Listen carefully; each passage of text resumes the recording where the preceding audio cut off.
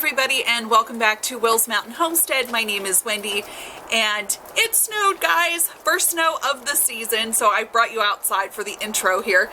And today we're going to go into the kitchen and I'm going to show you how to whip up a delicious cranberry sauce, and then we're going to can it. Thanksgiving and Christmas are right around the corner, and this is a good side dish for any meal. So let's go.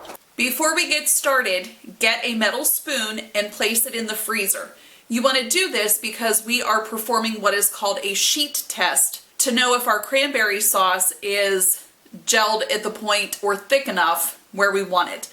So take your metallic spoon, doesn't matter what size, and just place it in the freezer before you get started.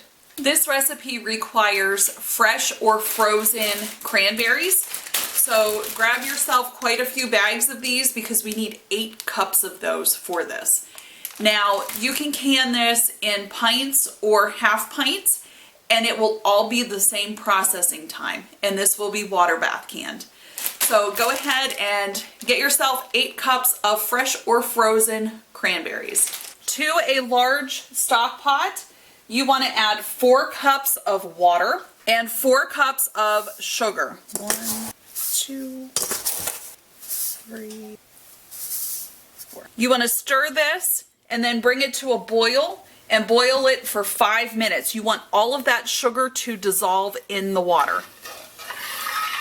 Our 5 minutes is up. We're going to dump in our 8 cups of cranberries.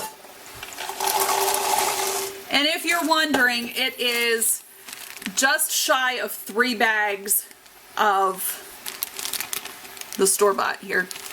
We're going to cook this down until the berries burst. So we're going to have to bring this back up to a boil on the high heat. Then we're going to turn it down and just let it simmer. This could take 15 to 20 minutes to do this. And stir it occasionally. You will hear them popping, and that's just the berries splitting open, and that's okay. Nothing's wrong. It just happens. That's their breaking apart process. This next step is completely optional. We only have just 2 minutes left to cook this down, and you can tell it's already starting to get thick. You can take 1 orange and zest it into here, and that'll just give it a little bit of a depth of flavor to it.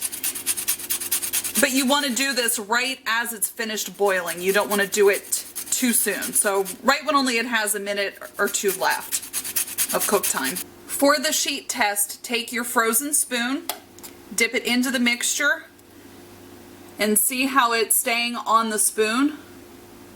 It's not coming off. So then we know that our sauce is finished and ready to can.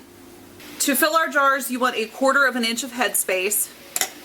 And it doesn't matter if you're using pints or half pints. It is still going to be the same cook time. Take your debubbling tool and go around really well to make sure that all the air pockets are out of each jar.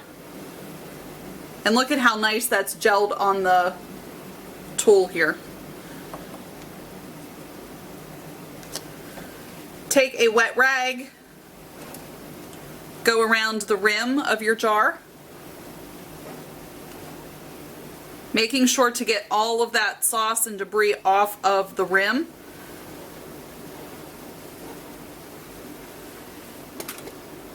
Add your brand new lid,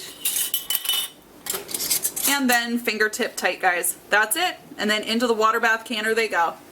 My jars are in the canner, and we're going to put the lid on this, and then once it reaches a rolling boil, we are going to water bath can this for 15 minutes. The 15 minutes is for 1,000 feet and below. If you are above 1,000 feet, you're going to have to adjust your time. So for myself, I'm at 1,400, so I need to add an extra 5 minutes. And here you have the finished product. We have 5 jars of delicious cranberry sauce that's ready to go. So give this a try for this holiday season, and I wish you all the best. Have a great day, and thank you so much for watching. Bye.